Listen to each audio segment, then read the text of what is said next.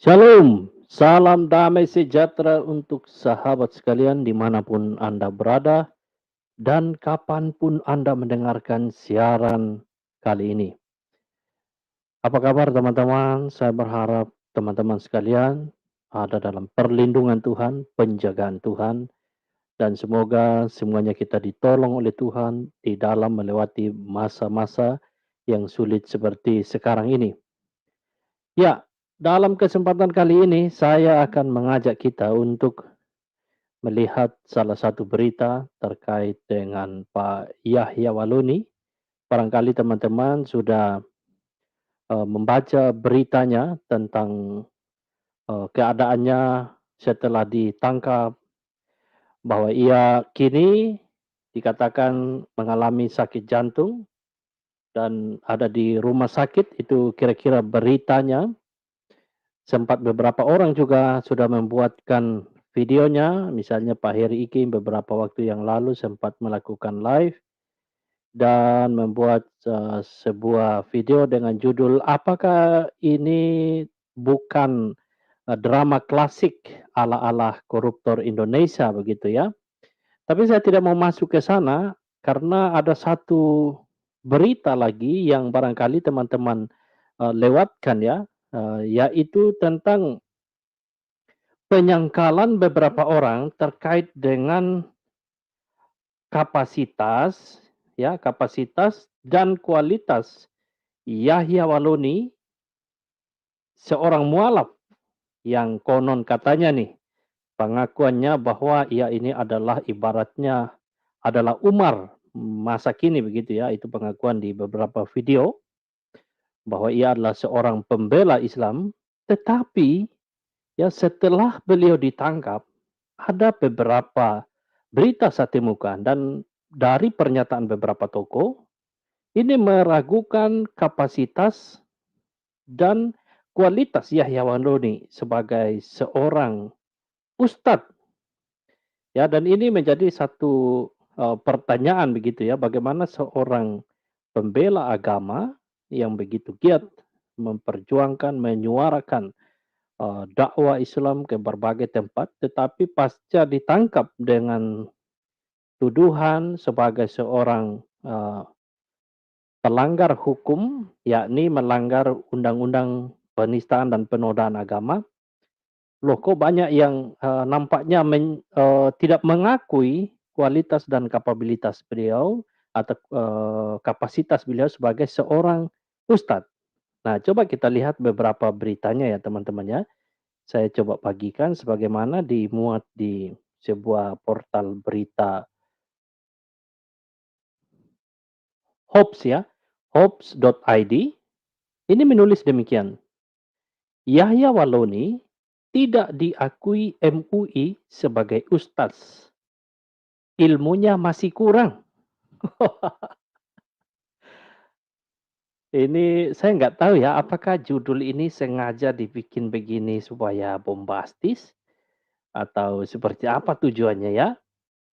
Tapi ini judulnya ini menarik teman-teman untuk kita kaji lebih jauh. Apa maksudnya ya, Yahya Waloni dikatakan ilmunya masih kurang, dan di sini kelihatannya seperti ada sebuah pernyataan ya, nampaknya ada sebuah pernyataan dari MUI bahwa Yahya Waloni ini bukan seorang ustadz dan ilmunya masih kurang. Saya tidak tahu ini apakah sebuah penghinaan atau sebuah penyangkalan atau sebuah upaya bersih-bersih begitu ya, bersih-bersih dari pihak MUI. Wah, ini masa iya ada ustadz yang kualitasnya seperti ini? Wah, kalau gitu udahlah kita korbanin aja deh. Kita nggak usah ngakuin orang ini adalah ustadz. Kita bilang aja bahwa orang ini ilmunya kurang. Apakah itu motifnya dari pernyataan ini kita tidak tahu ya teman-teman ya. Jadi kita coba lihat lebih jauh lagi apa sih maksudnya dari pernyataan ini. Ya, kita coba lihat. Ya, sebelum itu teman-teman, pastikan teman-teman ya klik like dulu video ini dan bantu bagi ya. Itu salah satu tanda atau cara teman-teman berterima kasih atas siaran ini. Ya, oke, kita coba lihat. Ketua Majelis Ulama Indonesia atau MUI, Khalil Nafis, turut buka suara atas kasus penistaan agama yang belakangan membelit penceramah kontroversial, Yahya Waloni. Khalil secara tak langsung mengatakan, Yahya tak bisa dikategorikan sebagai ustaz lantaran ilmunya yang masih terbilang kurang. Oh, ini arahnya kemana nih coba kalimat ini? Karena ilmu Yahya Waloni itu masih kurang, maka di sini artinya kalimat ini adalah Yahya Waloni tidak bisa dikategorikan sebagai seorang ustadz. Ini ada sesuatu yang mencurigakan begitu ya. Ini apakah karena ilmunya kurang maka Yahya Waloni ini dikatakan tidak masuk kategori sebagai seorang Islam, ataukah karena penodaan agama atau karena sikapnya yang telah melanggar undang-undang penodaan agama atau penistaan agama, sehingga kemudian seperti ada sebuah sikap cuci tangan lah begitu ya, cuci tangan begitu. Kalau mungkin selama ini Yahya Waloni tidak ditangkap, ya dia diam-diam saja, dia menistakan agama, ya mungkin ada juga yang merasa diuntungkan begitu, merasa diuntungkan bahwa wah inilah pejuang gitu. Karena masalahnya begini, bukankah selama ini MUI sudah tahu bahwa Yahya Waloni ini adalah seorang yang ilmunya masih kurang, ya? Mungkin saja memang benar ilmunya masih kurang dan memang belum layak untuk dikategorikan sebagai ustaz. Tapi pertanyaan saya adalah apa upaya yang dilakukan oleh MUI untuk menghalangi, untuk membatasi orang seperti Yahya Waloni yang memang belum masuk kategori sebagai seorang ustadz dan memang ilmunya masih kurang sehingga dengan demikian belum layak untuk mengajar. Langkah-langkah apa yang sudah dilakukan oleh MUI? Nah ini harus dijawab oleh MUI. Jangan karena Yahya Waloni ini sudah ketangkep dengan sebuah pasal yang sangat-sangat tidak bagus ya. Pasal penistaan agama lalu kemudian seperti ada cuci tangan gitu. Wah ini sama dengan, wah kami nggak kenal nih orang nih. Orang ini nih belum layak. Dia memang nggak termasuk dalam kategori kami kok. Seolah-olah kok seperti begitu maksud dari kalimat ini. Iya kan? Kalau MUI memang rasa orang ini tidak pantas untuk mengajar, harusnya kan MUI itu punya hak, punya suara, ya, punya suara untuk menghalangi orang seperti Yahya Waloni ini melakukan serangan-serangannya yang membabi buta terhadap iman Kristen. Mengatakan kitab orang lain itu sebagai kitab yang palsu, ya. Lalu kemudian memberikan istilah-istilah yang melecehkan terhadap nama kitab-kitab yang ada di dalam kitab kekristenan. Di mana MUI pada waktu Yahya Waloni melakukan itu? Kenapa mereka tidak memberikan pernyataan pada waktu itu? Ya kita bicara fair-fair saja teman-teman. Iya kan? Kalau MUI ini adalah sebuah lembaga yang memang fair, yang memang menghendaki terjadinya kedamaian, keamanan, ketentraman. Tidak terjadi ya saling serang di media publik, waktu awal-awal kemunculan Yahya Waloni ini harusnya mereka muncul, mereka tampil. Tapi pertanyaannya di mana mereka pada waktu itu? Kenapa sekarang MUI baru mengatakan Yahya Waloni ini adalah tidak masuk dalam kategori ustadz dan ilmunya masih terbilang kurang. Semoga MUI bisa menjawab ini ya. Kita lihat pada program Apa Kabar Indonesia Malam yang tayang di TV One, label ustadz seharusnya tak diberikan kepada sembarang orang. Bahkan di Timur Tengah, status tersebut hanya diberikan kepada penceramah yang telah menyelami ilmu agama di kolam akademik. Di, di kolam akademik, saya nggak tahu apa maksudnya ini. Mungkin sebuah bahasa atau istilah ini ya, istilah majas begitu ya. Nah, ini mereka tahu. MUI mereka tahu bahwa seseorang itu bisa diberi gelar atau layak mendapat gelar sebagai seorang ustadz setelah menyelami ilmu agama di kolam akademik. Kenapa pernyataan ini pertanyaan saya, kenapa pernyataan ini tidak dilontarkan pada masa-masa di mana Yahya Walun itu keluar-keluar melakukan penghujatan, penghinaan terhadap kitab suci dan simbol-simbol agama orang lain. Justru pada saat itu sebenarnya ini dibutuhkan, ya kan? Bukannya sekarang, bukan sekarang setelah Yahya Walun ini seolah-olah merusak citra para ustadz, merusak citra para penceramah muslim, lalu kemudian ini cuci tangan dan tidak mengakui dia. Seolah-olah Yahya Walun ini adalah pribadi yang tertolak, ya, tertolak karena keberadaannya pada saat ini. Kita lanjut. Ini gampangnya saja orang disebut ustadz kalau di Timur Tengah ustadz sekelas profesor. Di sini orang sering ke masjid, lalu jadi takmir masjid, sudah jadi ustadz. Jadi ya, mendowngrade lah, merendahkan istilah ustadz itu sendiri. Ujar Khalil dikutip dari Gelora Minggu 29 Agustus 2021.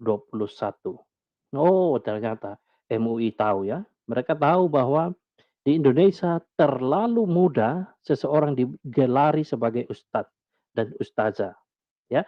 Dan itu lebih mudah lagi teman-teman kalau seseorang itu punya background sebagai seorang mantan Kristen.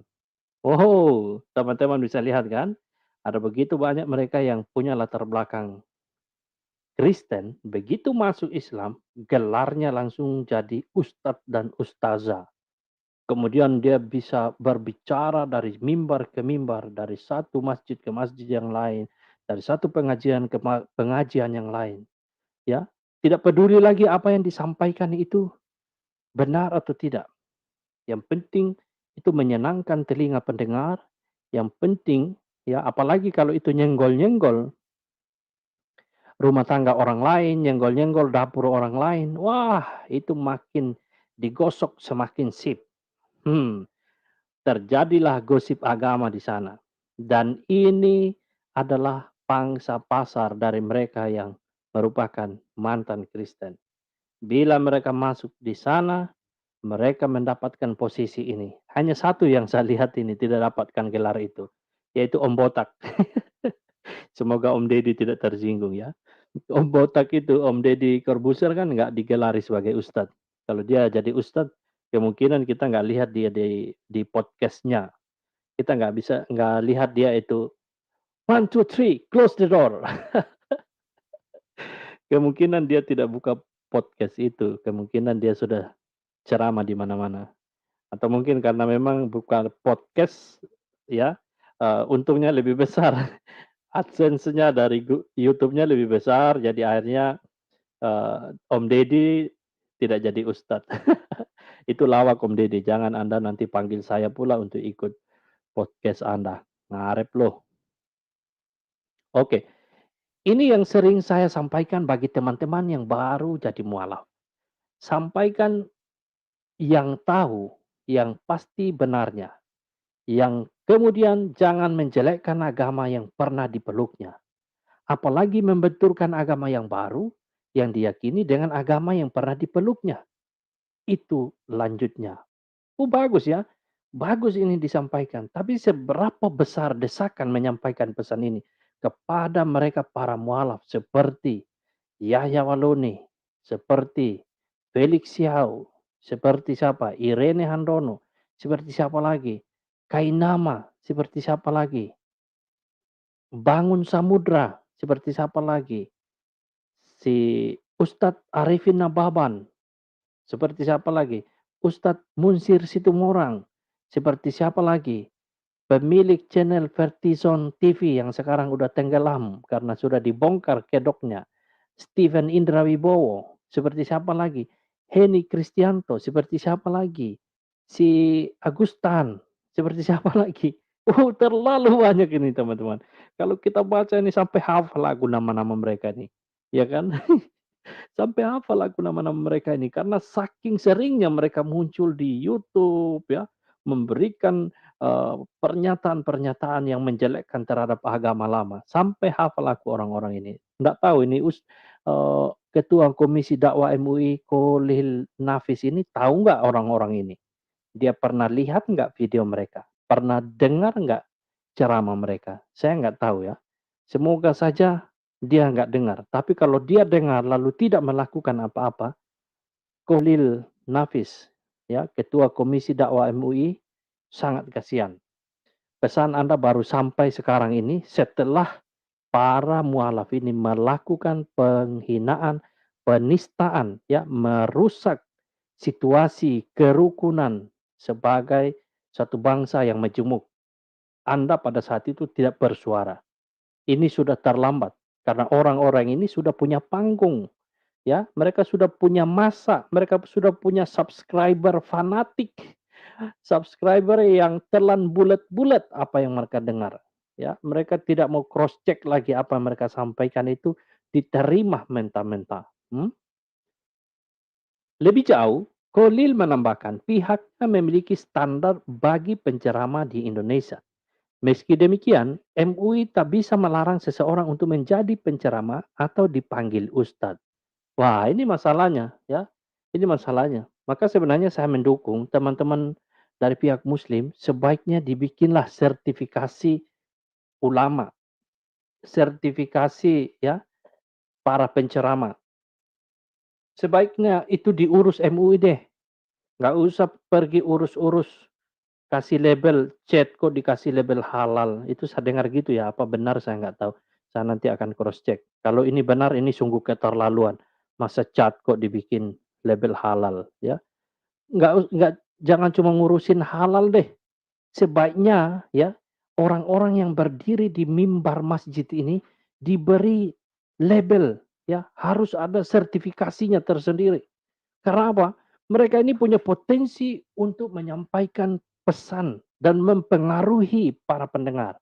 Ya, dan kita tahu di dunia muslim ya, itu satu suara. Ketika seorang ustadz atau seorang penceramah menyampaikan satu pesan itu satu komando. Ya, berbeda kalau di gereja, pendetanya kalau menyampaikan salah-salah, ya menghina, menyudutkan atau mendiskreditkan satu kelompok agama, jemaatnya keluar, protes. Ya, tapi saya nggak tahu di ruang ibadah Bapak Ibu di Muslim seperti apa. Tapi yang saya tahu adalah siapa yang berbicara di depan itu dia punya kemampuan untuk mempengaruhi cara pandang dari para pendengar. Maka betapa pentingnya siapa yang bicara di depan itu. MUI seharusnya mengurus ini, ya, supaya jangan yang bicara di depan ini adalah orang yang salah seperti Yahya Waloni ini. Sudah tahu dari dulu bahwa para mualaf ini punya kecenderungan, ya, untuk menyampaikan yang salah-salah atau bertindak secara salah, tidak sesuai dengan standar sebagai seorang ustadz, loh kok dibiarkan? Ya, kok dibiarkan? Sudah tahu Yahya Waloni ini atau para muaraf lainnya seperti yang deretan nama yang saya sebutkan tadi. Bahwa mereka itu adalah belum memenuhi standar. Ilmu mereka masih kurang. Tapi kok dibiarkan? Ini sama halnya MUI juga setuju bahwa orang-orang ini menyebarkan virus, menyebarkan penyakit di kalangan jemaah dan dibiarkan sehingga akhirnya banyak jemaah yang sakit. Ya, kalau bangsa kita seperti ini, kalau ruang ibadah itu ada orang-orang seperti Yahya Waloni, ada 100 saja orang seperti Yahya Waloni, rusak bangsa kita ini.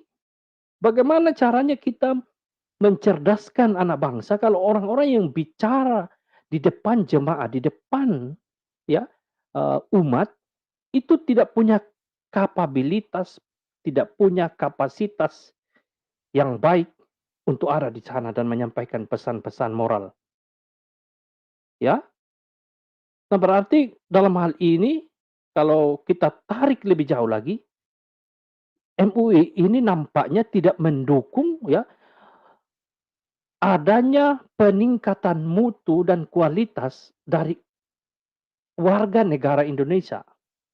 Karena membiarkan orang-orang seperti Yahya Waloni ini menyampaikan pesan-pesan mereka dengan kadar pengetahuan mereka yang sebenarnya belum layak untuk disampaikan di publik. Ya kan? Kasihan bangsa dan negara kita. Kapan kita maju? Ini curhat saya loh. Ini benar-benar saya curhat nih teman-teman. Ya, kapan kita bisa maju kalau orang-orang seperti Yahya Waloni ini dibiarkan untuk bicara. Oke, nampaknya ada sebuah komentar ini bagus ini. Oke, saya coba pasang dulu ini komentar ini. Pak Kanuru sepertinya kurang piknik. Emang ada ajaran Quran yang baik untuk diajarkan? Mister Dom, please deh. Mister Dom, jangan ganggu dulu ya. Ini komentar Anda ini bikin saya ketawa lagi. Oke, Mister Dom, saya lanjut dulu ya. Oke, nanti saya akan tanggapi komentar-komentar Anda. Silakan teman-teman ya, silakan sampaikan komentar Anda dengan bagus. Nanti saya akan komentari ya. Oke, saya lanjutkan dulu materinya. Ya, nah kita lihat lagi dulu ini bagian terakhir dari ini. Di mana itu? Oke ini. Kalau itu Yahya Waloni dalam kurung bukan ustadz berstandar MUI. Kalau di luar disebut ustadz, sangat luas tentang terminologi ustadz tegasnya. Oh, teman-teman bisa lihat ini. Kasihan sekali untuk Yahya Waloni ya teman-teman ya. Kita komentari ini dulu.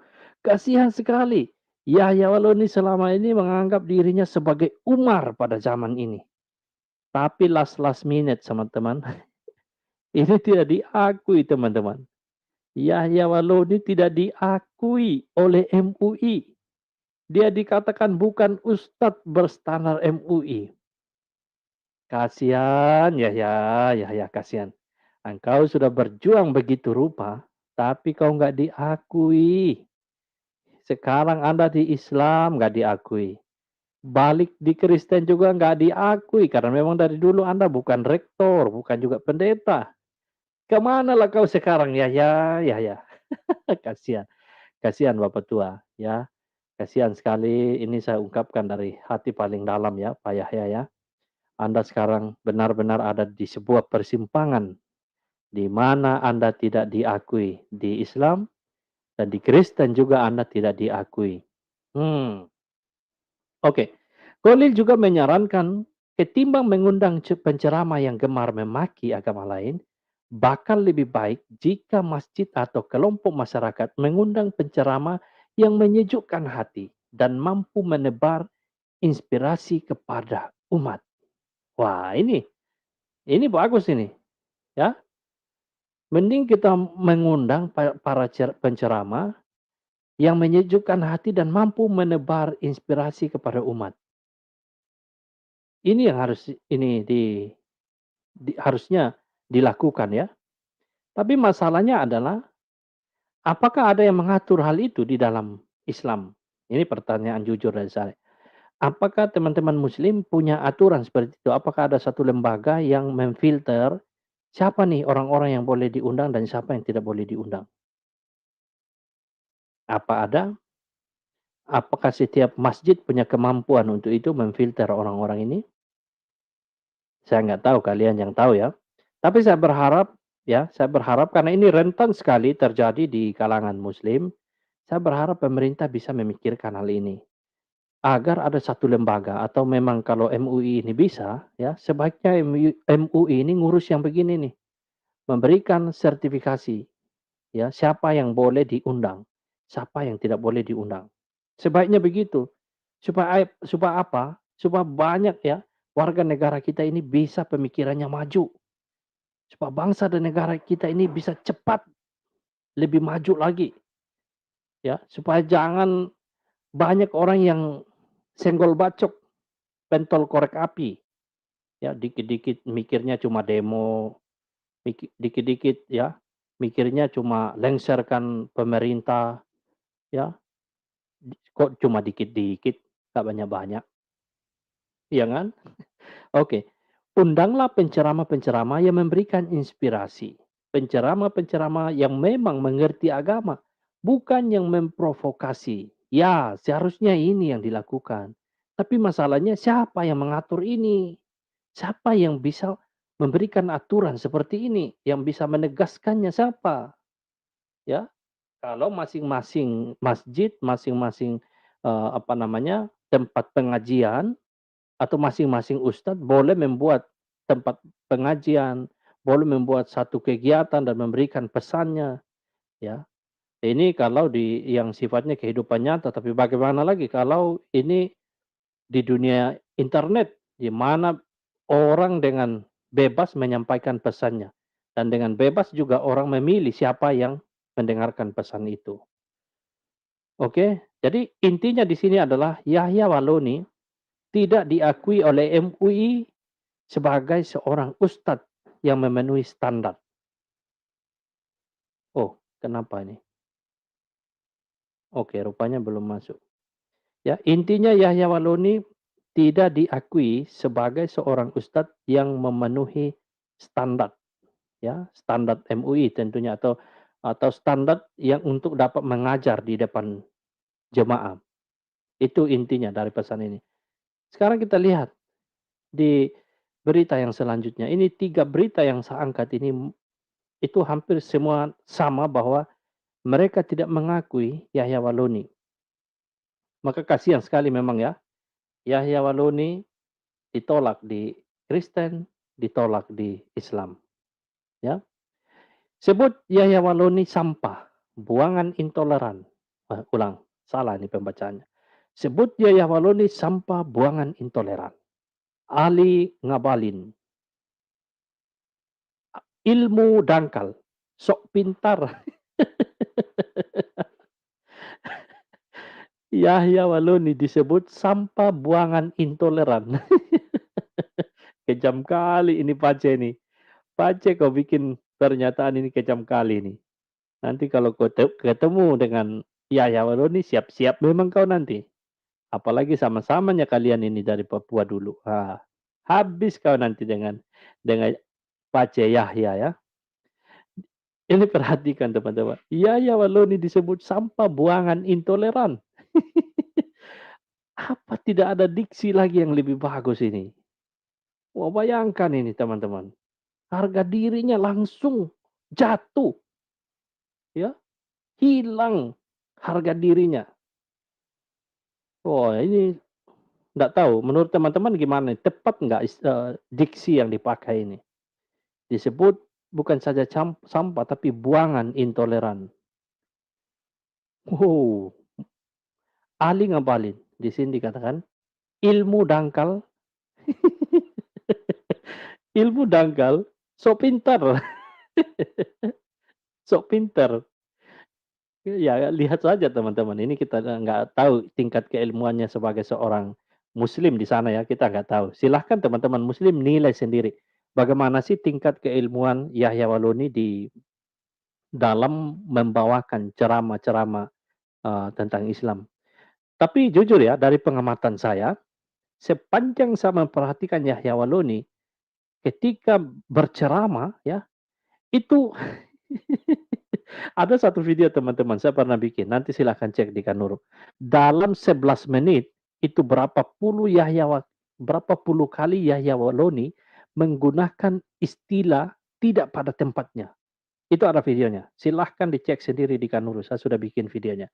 Dalam 11 menit saja Yahya Waloni menggunakan ya, menggunakan beberapa istilah tidak pada tempatnya. Ya, dan bukan hanya itu saya perhatikan, ketika Yahya Waloni ceramah di dalam komunitas muslim, baru saja dia baca satu ayat Quran, itu mulutnya gatal langsung lompat bahas tentang kekristenan, bahas Alkitab, bahas pendeta, ya, bahas orang Kristen. Perhatikan deh video-videonya. Ini teman-teman muslim yang saksikan siaran saya ini, coba jujur. Bagaimana kalian sebenarnya selama ini menilai Yahya Waloni ketika ceramah di komunitas muslim? Apakah yang saya sampaikan ini benar tidak? Ya, dia baru buka mulut bicara tentang ayat-ayat Al-Quran hanya beberapa persen saja.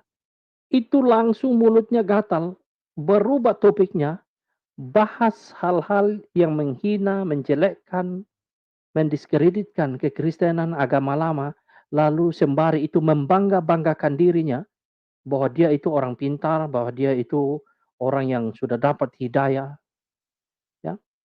Nah, harusnya ini teman-teman muslim yang masih jujur hatinya bertanya, wajarkah tidak kita memiliki seorang penceramah bicara di depan kita dengan pesan-pesan seperti itu?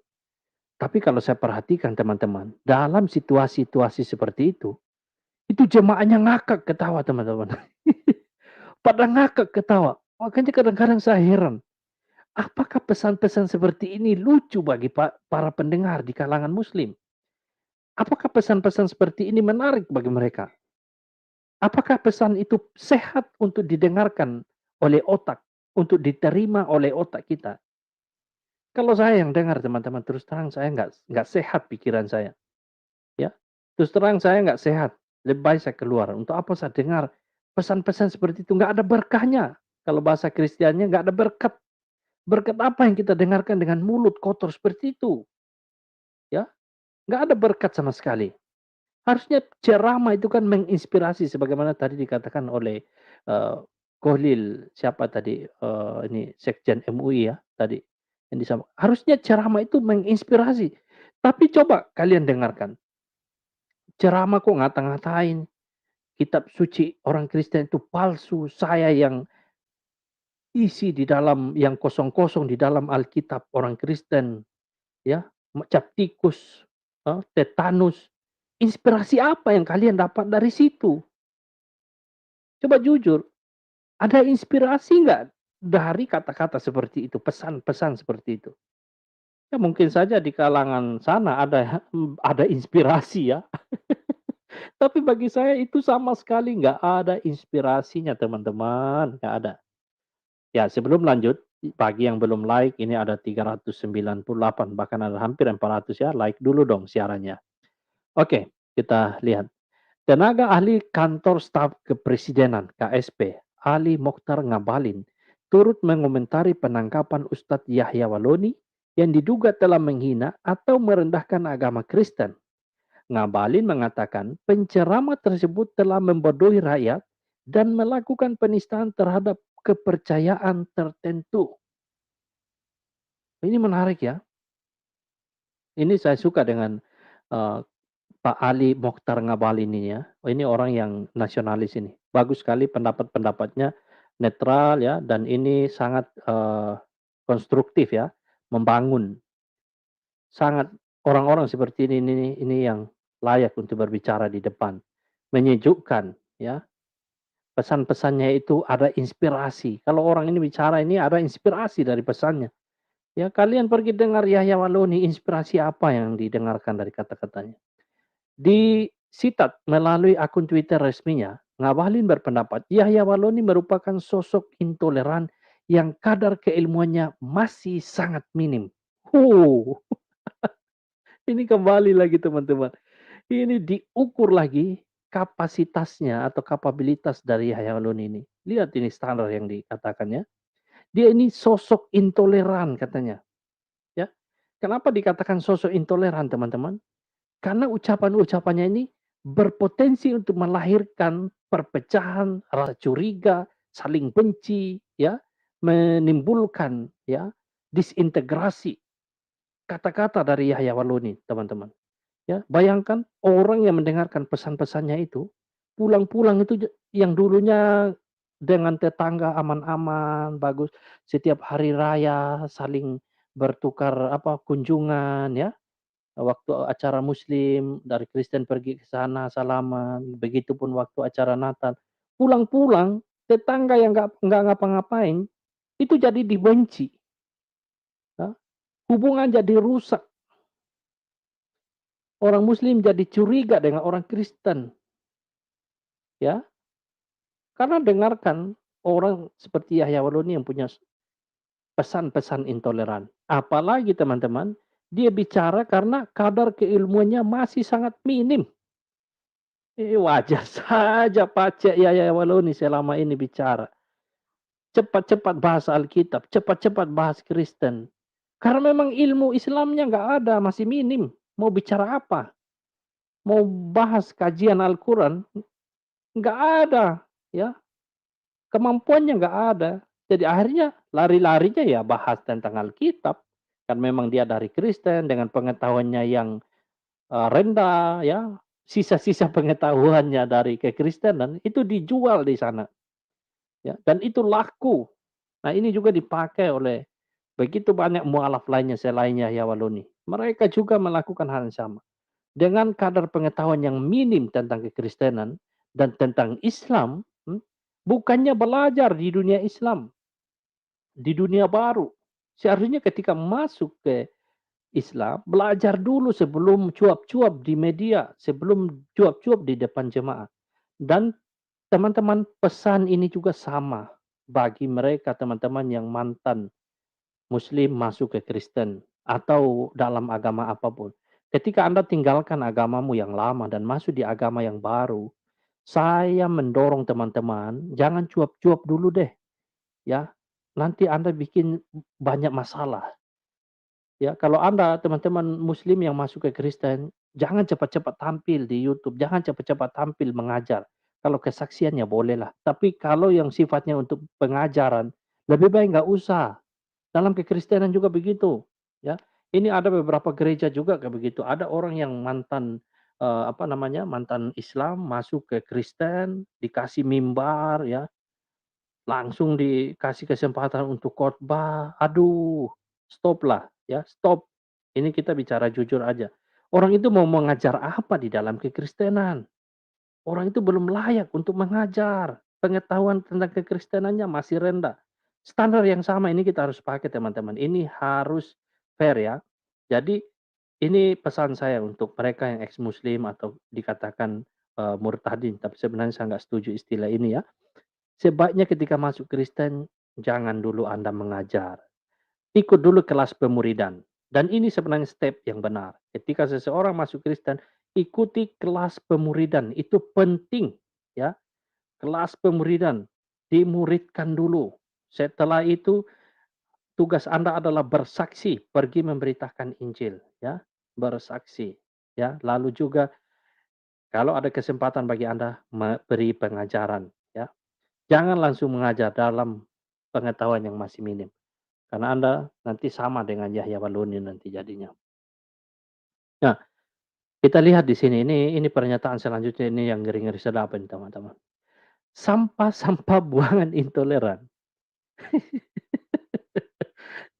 Aduh tega kali ini Pak Cek ngabalin, ngata-ngatain Om Yahya Waluni ini sampah-sampah buangan intoleran. Ilmu yang dangkal dan sok pintar. Ujar ya Ngabalin dengan menyertakan foto Yahya Waluni dan Muhammad Kece dikutip dari hope.id, jaringansuara.com.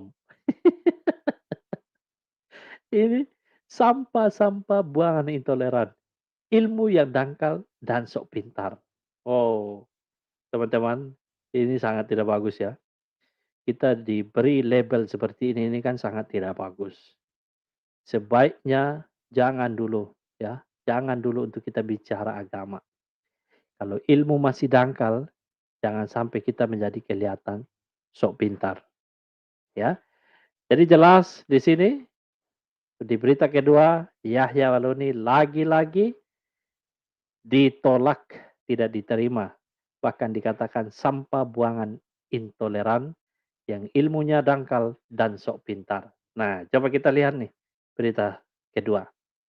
Nah, berita kedua teman-teman. Maksud saya berita ketiga. Yahya Waluni kontroversi. Khalil Nafis bukan ustadz berstandar MUI. Ya. Oh, kayaknya sama ini ya. Sama dengan berita kita tadi. Oh ya, beritanya sama teman-teman. Jadi ada dua berita itu yang sama. Oke. Jadi teman-teman kita bisa lihat di sini bahwa lagi-lagi Yahya Waluni ditolak di kalangan Muslim. di Kristen tidak diterima lagi, di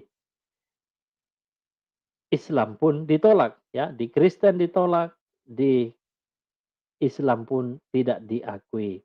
Kemanakah Yahya Waluni akan ya, berdiri? Ini ada komentar, saya baca beberapa komentar teman-teman, silakan berkomentar karena saya akan baca komentar Anda yang bisa dibaca.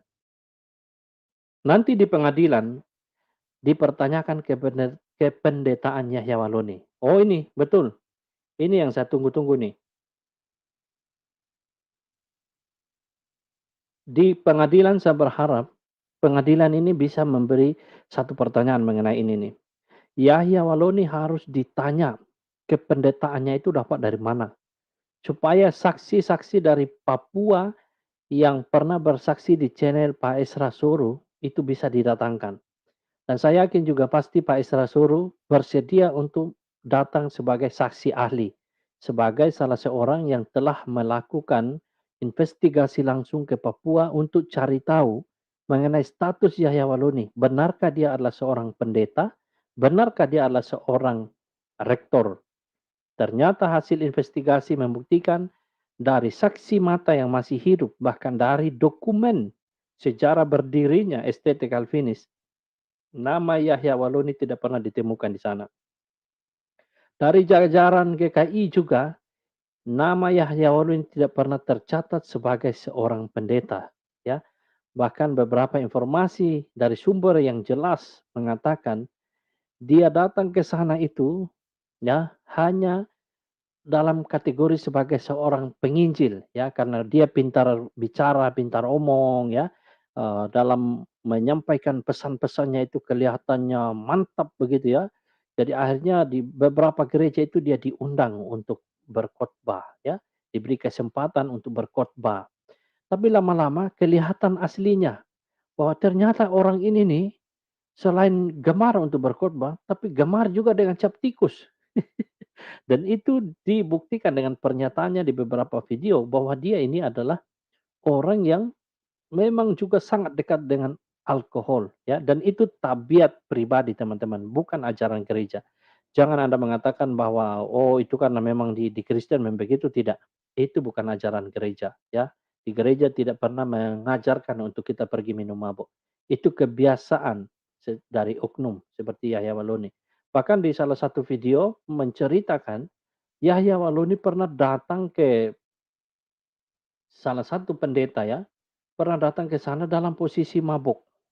Mabuk, lalu bawa surat nikah dan disobek-sobek di depan jemaat ya. Saya nggak tahu, maksudnya apa begitu ya, maksudnya apa Yahya Waloni pada waktu itu dikatakan dia dalam posisi mabuk, dia datang ke gereja itu dan surat nikahnya disobek di sana ya, dan ini cerita-cerita yang kita dengarkan, bahkan beberapa orang bercerita tentang bagaimana kebiasaannya untuk pinjam uang ya. Bahkan sampai setelah keluar dari Papua juga, itu masih ada orang yang uangnya belum dikembalikan. Ini cerita. Nah, teman-teman bisa dengarkan di channel Pak Esra Suru itu sudah dimuat di sana, nanti teman-teman bisa temukan ya, bisa temukan di sana. Dan saya yakin Pak Esra Suru ketika berani memuat di channelnya, itu kalau tidak benar, tidak mungkin dia memuat di sana, karena resikonya teman-teman itu besar ya. Itu adalah fitnah. Apalagi dia adalah seorang yang punya nama di Indonesia, lalu kalau membuat fitnah, ini konsekuensi hukumnya besar. Maka kalau Anda yang mengatakan bahwa, oh itu bohong, itu dusta, itu memang otak Anda itu kayaknya kurang separuh deh. Mana mungkin orang berani bikin kesaksian dusta secara publik, diposting di YouTube, ya, tanpa takut konsekuensi hukumnya. Nah, kalau itu misalnya salah, katakanlah Pak Esra itu fitnah, kenapa Yahya Waloni sampai sekarang tidak melakukan serangan balik? Ya, misalnya katakan melaporkan ulang si Pak Esranya, Pak Pendeta Esranya, kemudian lalu dilakukan investigasi dari kepolisian untuk membuktikan bahwa Pak Esra itu salah. Sampai sekarang kan serangan balik dari Pak Yahya kan nggak ada. Dan itu membuktikan bahwa apa yang disampaikan oleh Pak Esra itu benar 100%. Kalau salah seharusnya Pak Yahya punya kekuatan hukum untuk mengusut tuntas dan memprotes ya, karena itu pencemaran nama baik. Tapi semua itu masih tersimpan dengan bagus di channel Pak Esra dan tidak ada serangan balik dari Pak Yahya Waloni. Membuktikan bahwa apa yang dikatakan oleh Pak Esra itu adalah sebuah kebenaran yang tak terbantahkan. Sampai sekarang Yahya Waloni tidak pernah membantah dan juga Yahya Waloni tidak pernah menunjukkan ya ijazah S3-nya, ijazah doktornya lulusan dari Israel sampai sekarang. Yahya Waloni tidak pernah tunjukkan di depan publik. Yang selama ini dia tunjukkan di depan jemaah itu hanyalah foto-foto ketika mentabiskan pendeta. Itu sebuah terminologi yang sangat aneh dan payah, teman-teman. Seorang gelar doktor, seorang yang bergelar doktor bisa memberi pernyataan bahwa ia yang mentabiskan para pendeta. Itu istilah dari mana? Pendeta, maksudnya ya dia yang mentabiskan para pendeta, padahal kapasitasnya adalah rektor. Ya, yang mentabiskan pendeta-pendeta itu adalah ketua sinode, bukan rektor. Tugas rektor adalah ya memwisudahkan para mahasiswa. Tapi di situ dia katakan dia memwisudahkan. Mewisudahkan pendeta atau mentabiskan pendeta. Ini sebuah terminologi yang sangat tidak sesuai, tidak tepat sasaran. Oke. Hai MUI, apakah kau berani bikin fatwa haram untuk ustadz yang menghina iman umat Kristen? Hayo, Indonesia merdeka karena jasa Bung Karno dan pahlawan lain, bukan jasa MUI. Ya betul, berani nggak MUI ini bikin fatwa untuk mengharamkan para penceramah yang melakukan penistaan dan penodaan agama? Oh ini tantangan serius ini dari warga negara Indonesia. Kalau MUI adalah sebuah lembaga yang mendukung Indonesia ini maju, berkembang, Indonesia ini harmonis, Indonesia ini tetap utuh dan jaya, MUI seharusnya mudah untuk membuat sertifikasi untuk para ustadz atau membuat fatwa mengharamkan para penceramah yang menyampaikan pesan-pesan provokatif, pesan-pesan penodaan agama di depan jemaah. Ya, ya, kita lihat bagaimana nanti. Apakah MUI bisa melakukan hal itu? Oke, kita coba lihat pesan-pesan lainnya ya. Wah, ini ada dari H70Z. Wah, bisa terkuak semua nanti di pengadilan. Ya, bisa. Bisa terkuak semua. Apa saja yang terkuak, teman-teman? Itu akan terkuak di pengadilan bahwa Yahya Waloni tidak pernah kuliah di Israel. Itu akan terbuka. Dia tidak pernah kuliah di Israel. Ya, karena sampai sekarang Yahya Waloni tidak pernah tunjukkan bukti bahwa ia pernah kuliah di Israel. Atau minimal kasih tahu siapa teman kuliahnya di Israel. Atau minimal kasih tahu universitas apa di Israel yang menampungnya. Ya, sampai sekarang Yahya Waloni tidak pernah memberitahu di universitas apa dia kuliah di Israel supaya kita bisa cross check. Ini zaman internet, semua bisa kita cek. Bahkan kita juga punya teman di Israel ya yang bisa kita tanyai. Betulkah di universitas ini pernah ada yang namanya Yahya Waloni kuliah di situ? Ya. Dan juga Yahya Waloni tidak bisa menjelaskan bagaimana ya di zaman-zaman dia pada waktu itu bisa kuliah ke Israel tanpa ada jalurnya. Dia juga tidak bisa membuktikan hal itu. Ini pun akan terbongkar ya. Dan juga akan terbongkar bahwa Yahya Waloni tidak pernah diangkat jadi pendeta di GKI di tanah Papua. Akan terbongkar juga utang-utang yang Yahya Waloni lakukan ya. Kebiasaan-kebiasaan buruk selama di Papua juga akan terbongkar semua, saksinya masih hidup. Termasuk bukti bahwa dia tidak pernah jadi rektor di STT Calvinis juga akan dibukakan. Ya, semuanya sebenarnya sudah dibuka di YouTube. Teman-teman yang belum nonton silahkan cek di channel Pak Esra Soro, di sana ada playlist tersendiri yang membongkar Yahya Waloni. Ini saya promosi untuk channel Pak Esra ini. Ya, nah Nah, ini yang bagian selanjutnya ya. Dari Hello, mengapa pemuridan penting? Seorang petobat baru atau bayi rohani merupakan mangsa empuk bagi musuh atau setan. Sehingga sangatlah kejam kalau kita sampai menelantarkan bayi-bayi rohani tersebut. Ya betul, betul sekali. Ini yang harusnya gereja ingat ya, bahwa mereka yang baru masuk Kristen, mereka itu adalah bayi rohani. Mereka itu harus dikasih dulu makanan yang lembut-lembut. Jangan kasih pekerjaan yang berat-berat. Kaki mereka belum kuat, tangan mereka itu belum kuat. Jangan suruh ngajar doktrin. Apa yang diajarkan oleh mereka para petobat baru yang masih bayi rohani, ya. Jangan dulu mereka kasih pekerjaan yang berat, ya. Cukup mereka lakukan pekerjaan yang ringan, ya. Karena apa? Kalau mereka ini langsung dikasih di garis depan, ini adalah musuh yang empuk bagi musuh. Saya setuju, ya. Mereka jadi musuh yang empuk. Ya, bagaimana caranya setan memperdaya mereka? Ya, mereka diprovokasi untuk melakukan penyesatan, ya, menyampaikan pengajaran yang keliru, bisa saja, ya, termasuk perbuatan-perbuatan lainnya yang tidak diinginkan oleh Tuhan. Ini mereka jadi sasaran empuk. Maka sebenarnya gereja, sekali lagi saya katakan, jangan sampai kita mempertaruhkan keberadaan mereka dengan menelantarkan bayi-bayi rohani ini, manakala proses untuk memuridkan mereka itu tidak berjalan dengan baik, ya, dengan uh, seharusnya. Oke, ini kita komentari yang OOT ini yang out of context dari Amrin Sirait. Kasihan lah ini sudah komen, kita kalau nggak komentari sayang juga ya. Isa Al-Masih itu bukan Tuhan. Isa itu hitan, puasa, sholat, bayar zakat. Kristen apa yang diabadikan ajaran Isa?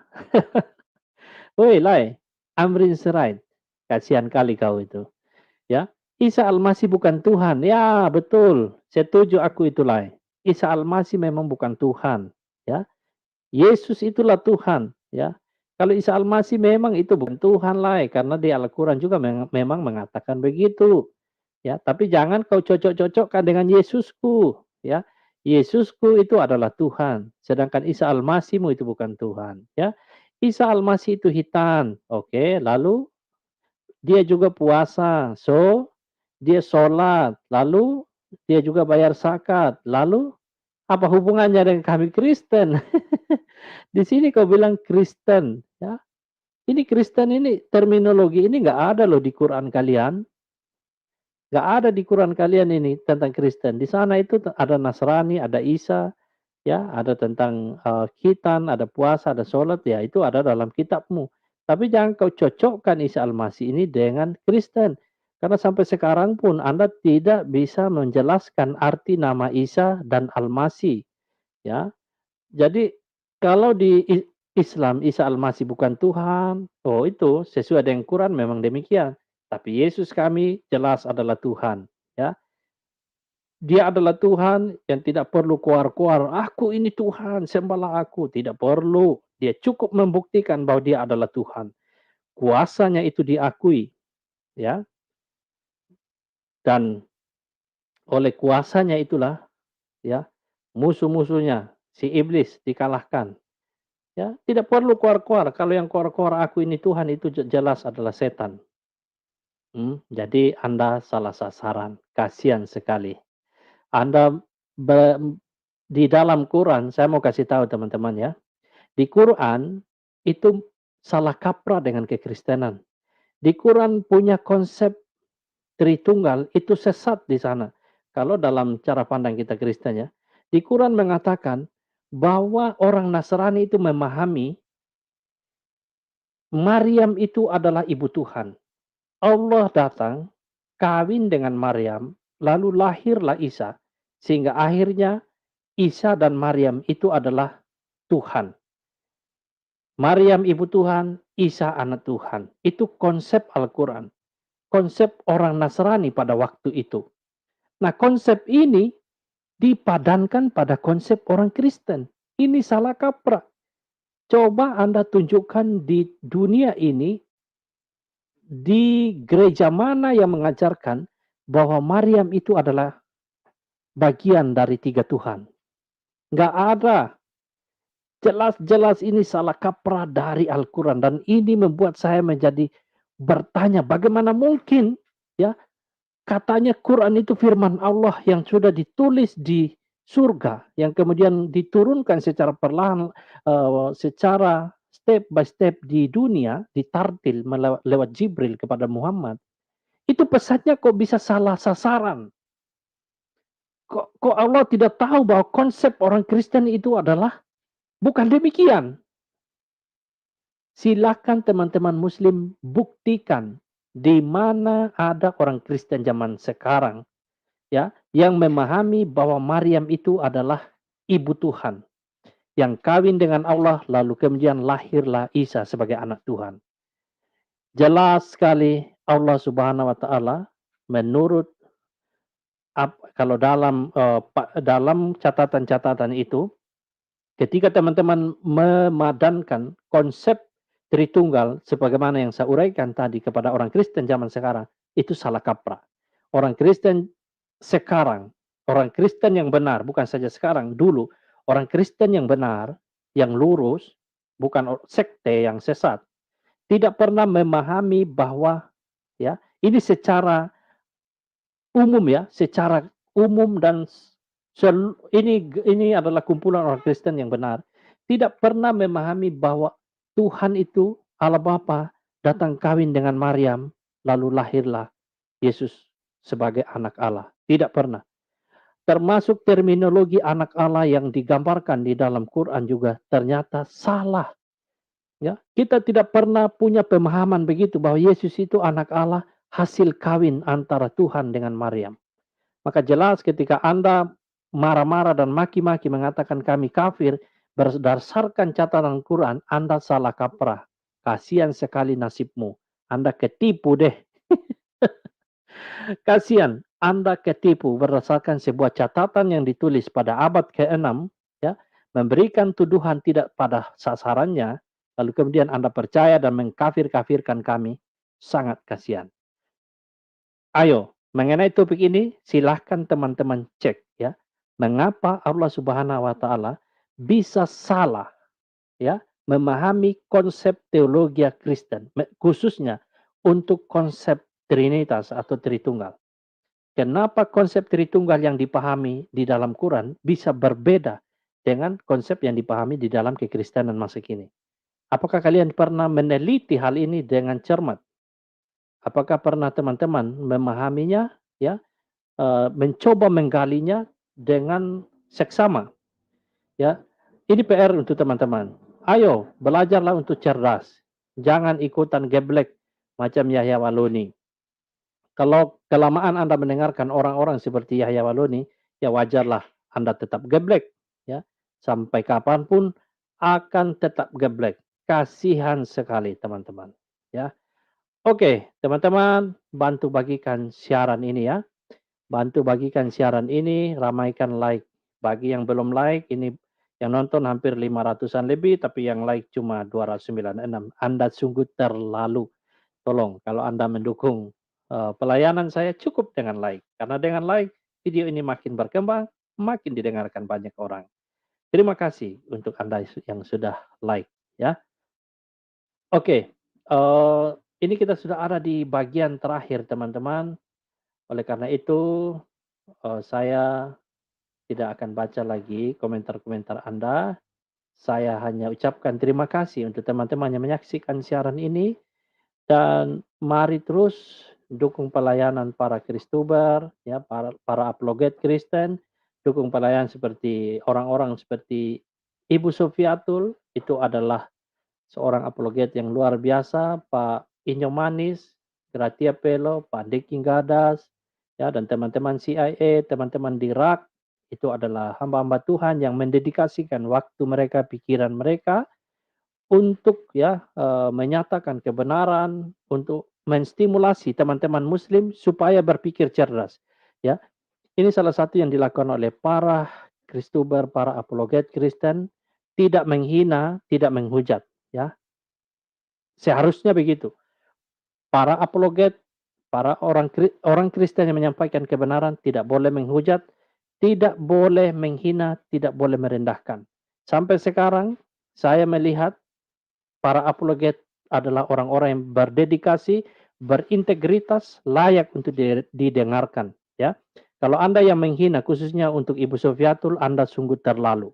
Anda bisa lihat sendiri bagaimana video-videonya itu menggunakan data, semuanya data.